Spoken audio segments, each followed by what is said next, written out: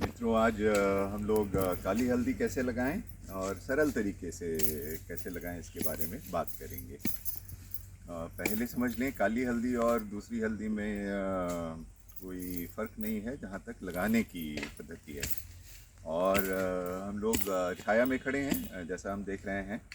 और छाया के अंदर ये और बेहतर, बहुत अच्छी इसकी उपज है। तो हम समझें कि कितनी जगह है हमारे यहाँ पूरे देश में जहाँ पर पेड़ों के नीचे या बगीचे के, आम के बगीचे के नीचे या कुछ ऐसा जहाँ कुछ भी नहीं उग रहा है।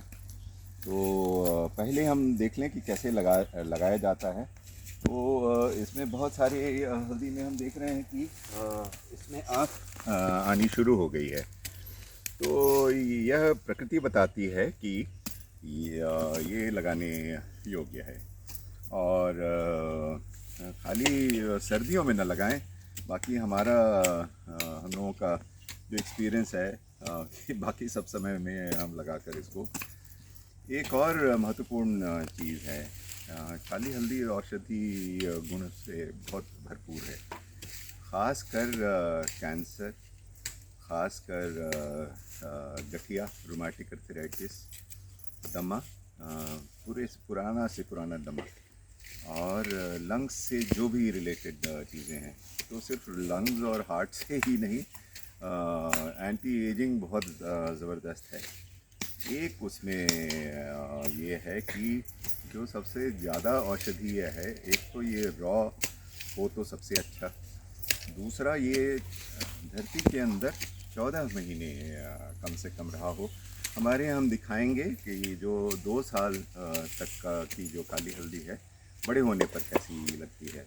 तब तक के लिए जहाँ ये अंकुरित हुआ, अगर ये बड़ा मदर प्लांट है, मदर राइजोम है, तो इसको आधा काट कर हम लगा देते हैं। और फिंगर भी इतना काफ़ी है एक लगाने के लिए। अगर 1 एकड़ में बात करें तो हम घना लगाते हैं इसको, आधे फुट पर लगाते हैं, 6 इंच पर एक गांठ। और जैसा देख रहे हैं यहाँ पूरा बायोमास भरा हुआ है। हम लोग ऋषि खेती में यकीन करते हैं, और इसमें धरती की जुताई नहीं होती है। तो जैसा देख रहे हैं, मैनुअली थोड़ा सा हटाया बायोमास, और वहीं पर इसको बगल में हल्दी को उस बायोमास के बीच में ही लगा दिया। और फिर उसके बाद प्रकृति इसका ख्याल रखती हैं। तो अभी भी लगा सकते, अप्रैल महीने में भी लगा सकते। और जो चीज़ इतना औषधीय है, तो इसको हम लगाने की विधि देखें। बहुत ज़्यादा साफ़ सफाई की ज़रूरत नहीं है। थोड़ा सा हल्दी, मैंने थोड़ी सी मिट्टी हटाई और बायोमास हटाया, उसके बीच में ये दबा के और मिट्टी दबा दी। तो ये काफ़ी है कि वो उगाएगा, उसमें नमी है मिट्टी में। और अभी बारिश बस ख़त्म हुई है, बहुत ज़्यादा साफ़ करने की ज़रूरत नहीं है, बस हल्का सा, हाँ, उसके दबा दीजिए और फिर मिट्टी बंद कर दीजिए, जहाँ से जैसा उठाया वैसा, हाँ, और फिर दबा देंगे उसको। तो इतना सरल है ये। और जहाँ ऐसी पद्धति नहीं है, जहाँ पर छाया नहीं है, वहाँ पर हम छाया पैदा कर सकते हैं। अकेली हल्दी, काली हल्दी ना लगाएं, अकेली दूसरी हल्दी भी अकेले ना लगाएं। उसको तुअर के साथ उगाएं या अरहर के साथ उगाएं। और तो और सिर्फ अरहर और हल्दी ही क्यों लगाएं, उसके ऊपर में एक अगस्त्य पेड़ है, बहुत ही मेडिसिनल है, और उसको भी लगा दें।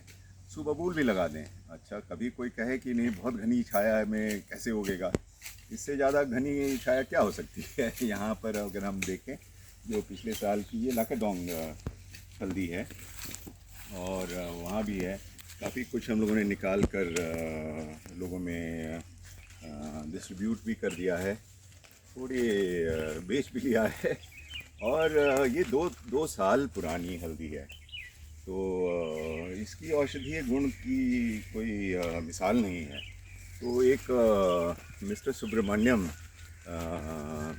मद्रास से आए थे, बहुत ही ज्ञानी आदमी, और हम लोग रात में 12-1 बजे तक चर्चा करते रहे। और उन्होंने मुझे एक रिसर्च रिपोर्ट भेजा जिसमें ये रिसर्च था कि अगर 14 महीने पुरानी कोई काली हल्दी हो तो ये छोटी हल्दी है। ये बीच में इसके निशान काली हल्दी में रहता है, लाल रंग का या काले रंग का जो भी कह लें। और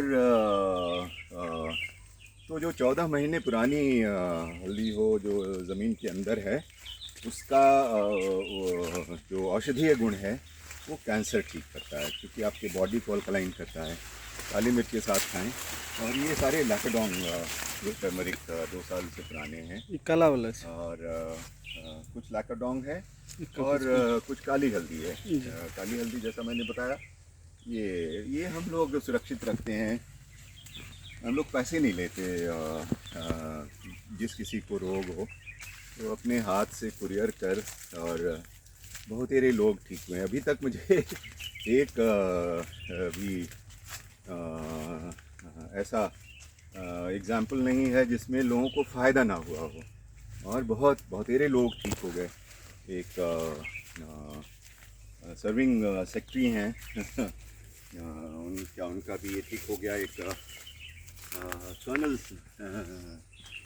हैं, यंग कर्नल, उनकी वाइफ, वो एएफएमसी में उन्होंने कहा कि अब 4th स्टेज कैंसर है उनको। और इसी तरह किसी को ब्रेन ट्यूमर में दोबारा ट्यूमर आ गया था। एम्स में पहले वो काम करते थे, पहाड़ पे थे, वो सिर्फ काली हल्दी के सहारे वो ठीक हुए। मैं नहीं कहता, आप अपने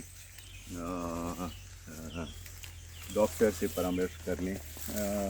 एलोपैथी डॉक्टर पता नहीं कितना इसको मानते और समझते हैं, तो वो आयुर्वेदिक डॉक्टर हैं शायद, समझें। और इसका कोई साइड इफ़ेक्ट है नहीं। छोटी मिकदार में खाएं, और कैंसर ना हो इसके लिए खाएं, और कैंसर है उसको ठीक करने के लिए खाएं। तो लगाने की पद्धति इतनी सरल, और छाया जहाँ नहीं है वहाँ छाया पैदा कर लें। हल्दी के साथ साथ जब तुअर या अरहर का समय आए उस समय अरहर के बीज डाल दिया।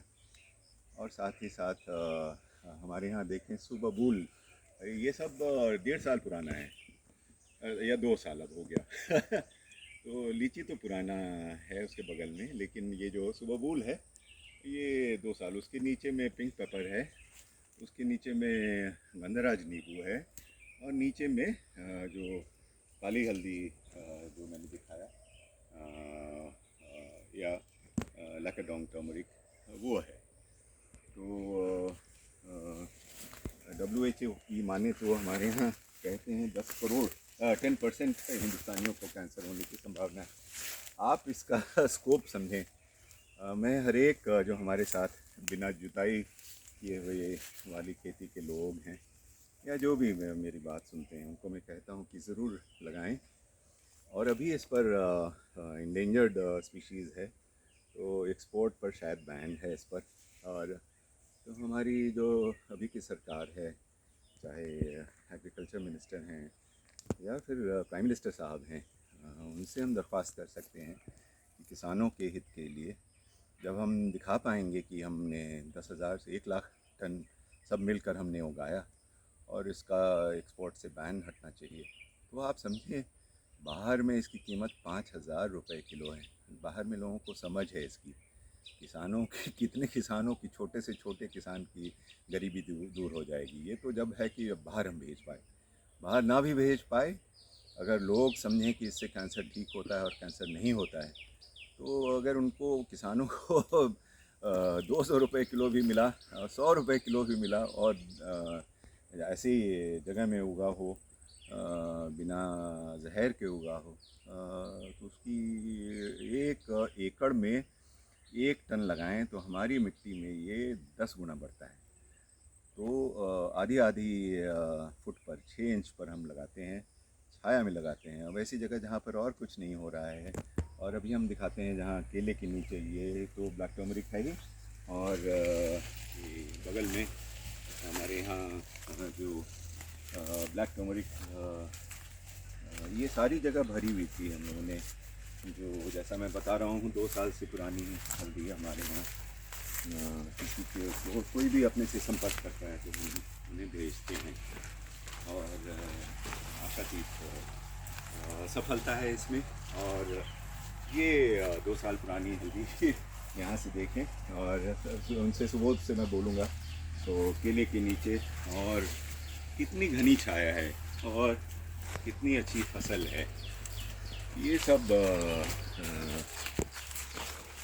संभव है। और कितनी सारी जगह है हमारे यहाँ जहाँ पर ऐसी छाया है जहाँ कुछ भी नहीं उगा रहे हैं। तो आप समझिए कि जो गरीब हैं वो तो शायद उनके पास पैसे नहीं है कि अस्पताल में जाएं और खर्च करें, तो वो उनसे ठीक होंगे। जो अमीर हैं वो अस्पताल में भी खर्च करेंगे और अगर ये भी साथ खाए तो इससे भी ठीक होंगे। तो ये बहुत ही महत्वपूर्ण है कि ये सारे ये पूरा भरा हुआ था।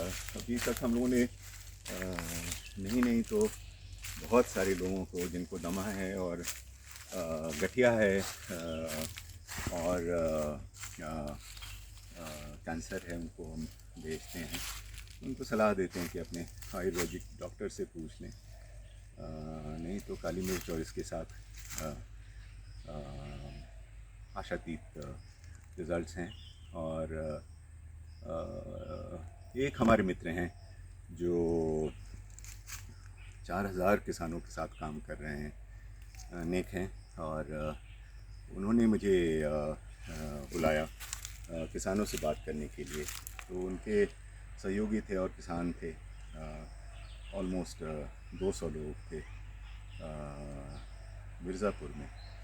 तो वहाँ किसानों ने पूछा कि यहाँ कहाँ बेचेंगे। तो उनको मैंने कहा कि ऐसे आप बेच पाएँ अमेज़ॉन में तो 1000 रुपये, 1500, 2500, 3000 जिसकी जो मर्ज़ी वही कीमत रखता है। लेकिन उसकी कितनी लोगों को समझ है उसके बारे में मैं नहीं जानता। लेकिन उनको मैंने कहा कि ये जो हमारे दोस्त हैं जो किसानों के साथ काम कर रहे हैं, वो 40 रुपये में आपसे गारंटीड खरीदेंगे। अगर आप उससे ऊपर बेहतर बेच पाए तो बहुत अच्छा। अब आप समझें कि अगर उन्होंने 1 टन हल्दी लगाई, हमारे जो ये दोस्त हैं, और 1 टन का छोड़िए 10 टन, 5 टन भी हो गया तो 40 रुपये के मानिंद 2 लाख रुपए होते हैं। और 1 एकड़ से, और ख़ासकर जो ऐसी जगह हो जहाँ पर पहले से पेड़ हो, जहाँ कुछ भी नहीं उग रहा हो, वहाँ लगाएं। अच्छा, ये एक नेचुरल पेस्टिसाइड भी है, तो दूसरे पौधों के लिए बहुत अच्छा सहारा है, और लोगों के लिए अच्छा, धरती के लिए अच्छा, मिट्टी के लिए अच्छा। और ये एक विलुप्त प्रजाति को हम फिर से पुनर्जीवित आइए मिलकर हम करें। और इतना सरल है, थोड़ी सी मिट्टी हटाई और उसमें दबाया और मिट्टी वापस रख दिया। एक एक बित्ते पर ये लगाते गए और ऐसा घना फिर उसकी जो छूटा वो फिर से उगाता है। तो ये काली हल्दी से भी ज़्यादा टफ है, और थोड़ा मॉइस्ट ज़मीन की और मिट्टी वाली हल्की मिट्टी हो तो वहाँ बेहतर होता है, लेकिन सब जगह होता है। और एक समय हम लोग तो साल भर लगभग लगा लेते हैं, सिर्फ विंटर्स को जहाँ ज़्यादा ठंड पड़ती हो उस समय छोड़कर, और हमेशा उगता ही रहता है। तो एक ये लेयर है, चूँकि हम लोग मल्टी लेयर प्रैक्टिस करते हैं एक ही जगह, बिना जोते, बिना किसी जहर के। और ये ऋषि खेती है, जंगली खेती है, और ऐसी पद्धति मसानुगु फुकुका की बताई हुई पद्धति है। और इससे बहुत सारा जन कल्याण हो सकता है, लोगों की गरीबी दूर हो सकती है। और इसके साथ ही मैं फिर से आग्रह करता हूँ, इसको ज़रूर लगाएं। जब ये इतनी बड़ी समस्या, हर एक 7 करोड़ लोग रोमेटिक अर्थराइटिस से दुनिया में सफ़र करते हैं। कैंसर कह रहे हैं शुगर के लिए बहुत अच्छा है, तो समझिए एंटी एजिंग, अल्जाइमर के लिए अच्छा है, ब्रेन के लिए अच्छा है, तो इन सारी चीज़ों के लिए अच्छा है, हार्ट के लिए अच्छा है, लिवर के लिए अच्छा है, और कैंसर के लिए अच्छा है। जो बहुत सारी लाइलाज बीमारियां जैसे रोमेटिक अर्थराइटिस, उसको ये ठीक करता है। तो इसको ज़रूर अपनाना चाहिए और उगाना चाहिए, और बिना जहर दिए हुए उगाना चाहिए। धन्यवाद।